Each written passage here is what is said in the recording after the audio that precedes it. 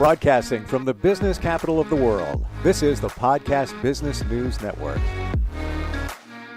And welcome back, everyone. Are you you? Now, I know that sounds ridiculous, but I really mean it. Are you really being the real you? We're going to talk about authenticity today, why it's so important to be who we really are. How do we know if we are? How do we get closer to being who we should be, who we really are? We're going to dig into that today.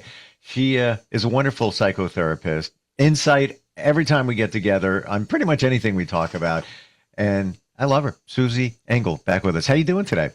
I'm fine, Steve. So good. Thank you. And how are you? Good. I think I'm authentic. You know, I always wonder. And I'm on a journey to be as authentic as I can be. How do you know? How do you know you're more you, or you're being authentic in a situation? Is it a feeling? Like what? How do we know? I mean, isn't it I mean,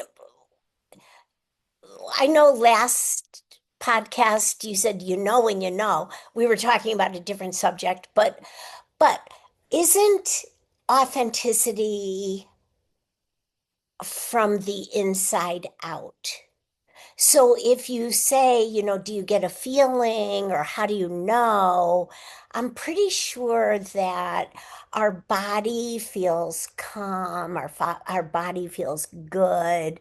We're just flowing, we're being truthful, we're not putting on an air, we're not using a mask, Mm. we're keeping our word to ourselves first, and then it's easy to keep our words. So there's almost like an ease about functioning authentically. Okay. And I kind of feel like it's a body feel, like I can be myself wherever I am, where whoever I'm with, and I know that because I feel very comfortable wherever I am, even if it's a strange situation or a different situation or a new situation. But that's authenticity. I love I that. think it comes from the inside. Yeah, Yeah. I think it's a Yeah. body feel. Yeah. I'm trying to think of situations where it may have been and truly felt like I am being me, and there's no apologies for that. This is who I am. It Right. it feels comfortable, easy, and like you always have somebody to depend on and fall back on. Because let's be honest, all we have is us. Yes, we have relationships, marriages, partnerships, whatever you want to call them. But ultimately, we have ourselves. Nobody's going to have your back better than you do. And when you're more authentic, you feel even more connected to that person who's got your back, and you just feel like you got your team behind you when you're most authentic. Your team being you. Yeah, like all the associative or dissociative parts of ourselves. We've got a team. We do have a team. Actually, we have Hmm. defenses, we have offenses, we have a team. We have lots of parts to ourselves. But I what didn't you're even think about saying, that. So thanks for bringing that up. I didn't even consider that, but yeah, it's the truth. but Right? yes, and it's adaptive and it's just a part of our social Right. neurological makeup that we have different parts of ourselves. But that's not the issue today. Today the issue is, and I think what you're speaking to is this, is if we within ourselves, from the inside out, from the core of ourselves to the outer exponential ripples effect that we have on others. If we are authentic, we feel it, we know it, because we are ourselves in a very full way. Is that a finite thing? I don't think so. Is it a constant evolving, and I'm using the word exponential, like expansive experience where there's no limitation to it? I think so. And it's not a separation of we only have ourselves to depend on. It's really that deep sense of authenticity or security that allows us to trust in our relationships with other people. And if we don't feel good when we're with other people, if we don't feel comfortable when we're with other people, we can assess ourselves and we can assess the other people we're with and say, what's going on in this vibe? Is it something that I want to expend my energy with? Is there something going on with myself? And then work that through. But being authentic can only come from our individual selves, which allows us to have enriched relationships. I'm saying enriched intimacy, enriched friendship. It doesn't have to be a sexually intimate relationship. It could be just an intimate, like, I am open with you. That's authenticity. And so that just keeps rippling out and out and out. Does it make sense? 100%. And I didn't see it that way because when you're in a situation, maybe hanging with some people, somebody, and you say to yourself, it doesn't feel right. Yeah, I don't know. It doesn't feel right. Many of us look at the situation and the person and say, it's that. That's why it doesn't feel right. But not necessarily because it doesn't feel right. Probably because you're not really being you, fully you, and that feels off. You can't be fully you because of the person and the situation. It has nothing to do with them. It's really you. Yeah, because we can always be ourselves. Right. We can always be ourselves. I Well, mean, okay, granted, hold on. yeah, I know what you're going to get to. Go ahead, because it's true. We can, but sometimes we can't because of the situation and the way we react to the situation and our feeling in that situation with another person or people. Yeah. That's it. Yeah, that's it. We can't always be ourselves. Just like we always And have a sometimes- choice, no matter what you do. Yeah. Well, and you're saying we can't. Is that our unawareness? Is that our unconscious holding us back because of early experiences that have informed us or misinformed us? And why couldn't we be authentic? Well, maybe because of social decorum. I mean, maybe it's just not my place to totally express my opinion in a certain situation or my opinion of a response to other people's opinions. And that's fine too, because there's a time and place for everything too. The bottom line is if I'm with other people and I cannot be myself, there's something alarmingly wrong with that situation. And if I'm holding myself back from being open or vulnerable, people use the word vulnerable like it's like like the plague, but being vulnerable means I am open, I am truthful, I can show what I'm feeling and thinking and going through with no shame. And I like that a lot. So am I holding myself back? Because this is what you said like a minute ago. Am I holding myself back? Because it's really not about other people. It's not about, it's their fault that I can't be myself. It's never that. Yep, I can yep. assure you. Yeah. If that person is transferring to us their inability to be authentic, then we have to take a good look at ourselves and be on top of it because that's just how it goes. Like it's two neurosystems working together. And if that person is saying I'm not going to allow, or that neurosystem saying I'm not going to allow your neurosystem to be yourself, then my neurosystem has to see that and just be able to recognize it. No, do we have to have a confrontation? Do we have to bring it up? No. Do we have to explain everything? No. But we can assess for ourselves, this isn't true for me. This isn't true to me. and I don't feel good in this situation or well in this situation or I- comfortable. So there's lots of pieces here, and you're right. Part of it is that they may you have things from your past that when you're in with that situation with some others or person that you can't be authentic, but again, ultimately it's on you. And then the other is maybe they're who they are and you don't align with them. And and you can't be authentic for whatever the reason is. It doesn't have to, Oh, but definitely. it's ultimately Yeah. you. It's ultimately you. Well, and also, if I can't align with somebody, then that person is not for me. Right. Oh, then now, that doesn't mean it's like burn a bridge or give up on somebody. I mean, sometimes we're in situations where we have to kind of navigate ourselves to understand this person or understand this person's tendencies. And I may find that person to not be trustworthy, but that doesn't mean I can't be knowledgeable of that. I'm just knowing that. That's all. It doesn't mean any threat to me. I just don't trust that person.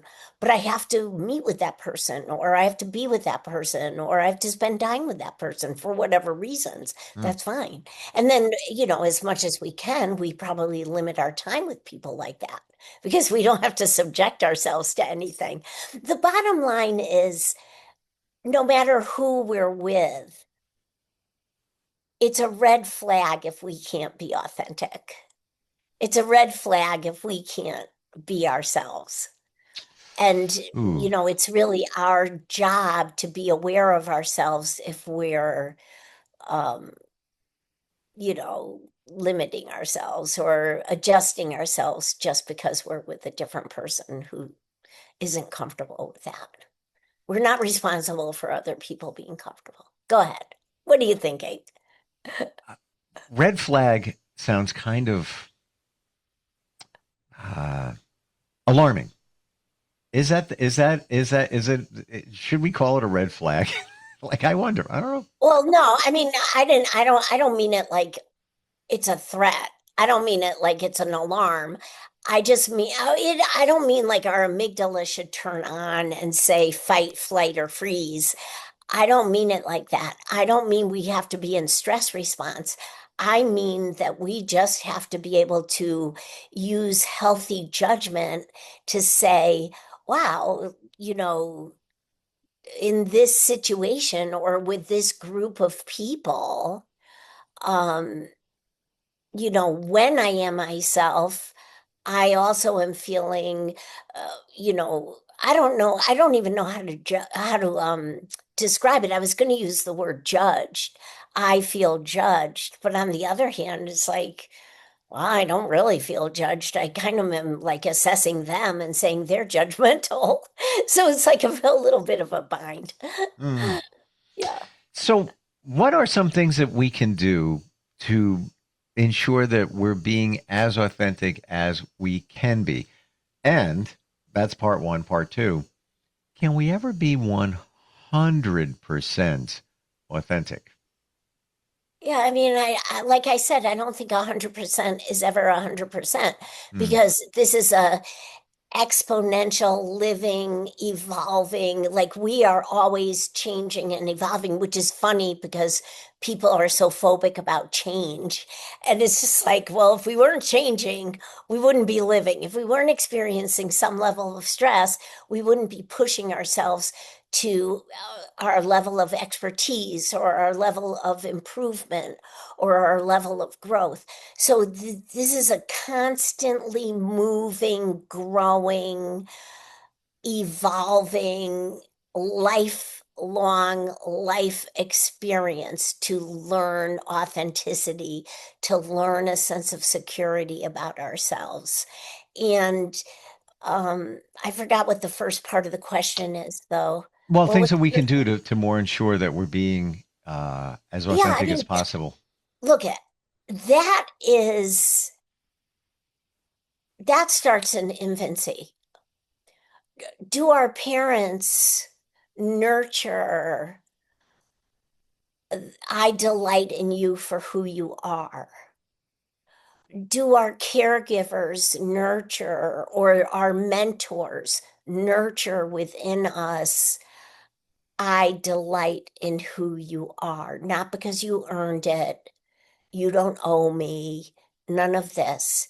And when we get doses of that, we learn from within. It's like when we cry as an infant and a caregiver soothes us, we learn to soothe.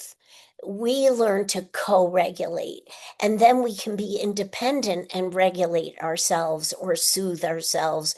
Or it's the same with somebody delighting in us, which is a psychosocial need, delighting in us just for who we are, like loving us just for who we are. Mm. And we then take that within ourselves and appreciate, oh my gosh, I just made this huge blunder, or I just struggled through something. And then once I got it, it seemed so simple. Or that's us delighting with ourselves for who Mm. we are. And I do believe that that's a huge part of authenticity. Like, we don't have to hide anything. We don't have to have shame. We don't have to mask. I don't know if that makes sense It because does, and it's like and so broad. you said something before that really truly clicked in my mind with the different parts of our personality, not split personalities, different parts of our personalities. That even if you're as authentic as you can possibly be, you're feeling that you're there. Let's be honest. When you talk to your boss, it's different than Yes, when you talk to your, say, your spouse or partner or your kids. yes. So I because of love that. that, you're Yeah. not 100%. You might be 95%, 90, No, but, whatever.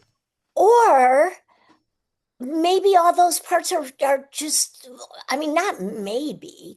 I mean, we would have to do another podcast about parts. And you said split personality because people are probably thinking of Sybil or something Right, like right. this that's like dramatized, which could get to that extent. But really, like, the different parts of ourselves are also integrated. Maybe one Sure. day it's louder than another day, or maybe Hmm. we learn to integrate in a way where all of our parts have volume switches that are manageable. But all these parts of us created in early experiences for good reasons. So that is also authentic, and if we are triggered by somebody, or we are, um, which is our responsibility to cope. It's not another person's blame if we're triggered by somebody. We did a podcast about being triggered. Hmm.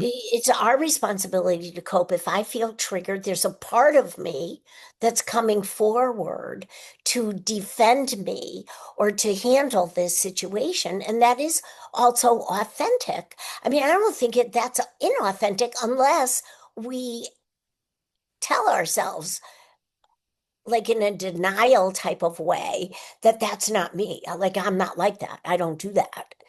Mm. Then that's inauthentic. Well, But if you're, I can you're say, yeah, like I really did have a big reaction to that. well that you're in denial at that point. It sounds like.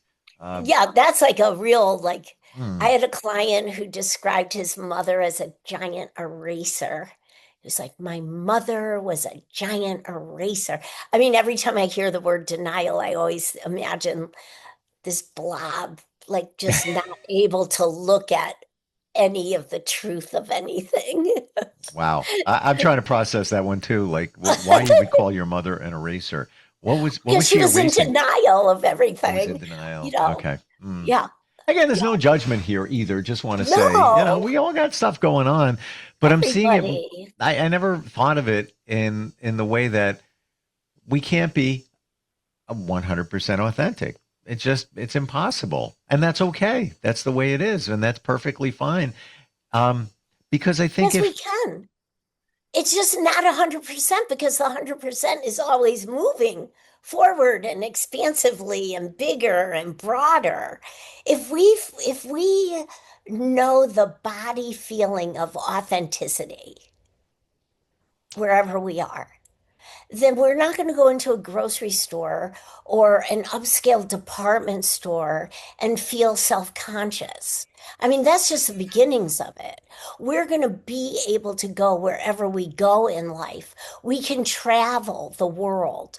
We don't have to depend on, it's an independence that gives us the interrelationship and richness with people of the world.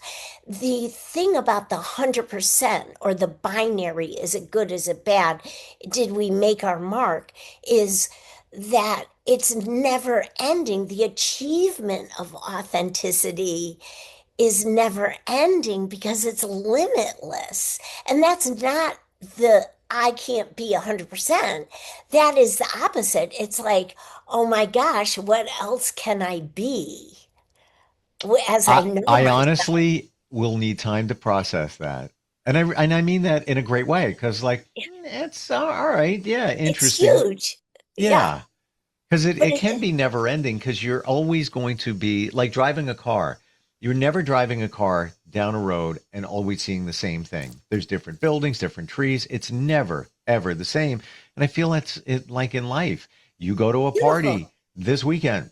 It's not the same one you went to last week or last year. It's always going to be different. And that's an opportunity for you to maybe be a little bit more authentic here, maybe a little bit there. It's a moving target. Or just be open.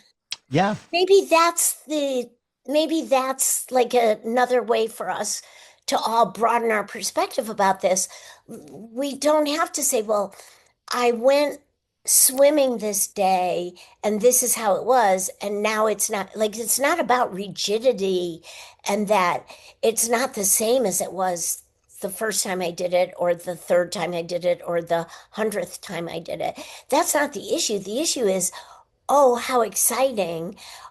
I'm going swimming. I wonder how it's going to be today because I'm authentic, because I feel secure, because I can just handle it. Mm. Yeah. I mean, We're gonna end on that point. I'm gonna process what you said just a moment ago. I yeah. got the moving target. Susan Engel, that's ENGEL LCSW.com. Somebody wants to reach out, process all this stuff. Maybe you got stuff going on. Maybe you feel that you're not being you. Yeah. So then resolve what's holding you back in your unconscious, because you don't know Right. what it is. Well, We there don't and there's know if we're not feeling like we're myself, if I'm not myself. and there's so many different reasons for it. Your subconscious, the situation. Again, it's always on you. It's all on you. But It's your experience, it's your life experience and context, always but love it's talking with you. resolvable. Yeah. like I see this in a whole different light now, and wasn't even thinking about the parts that show up with the authenticity, because it's on my personal radar. I'm working on it, you know. Thank you for Beautiful. today. As always, I appreciate you, and we'll talk soon. Okay. Thanks, Steve. Thank you, Susie. We'll be right back.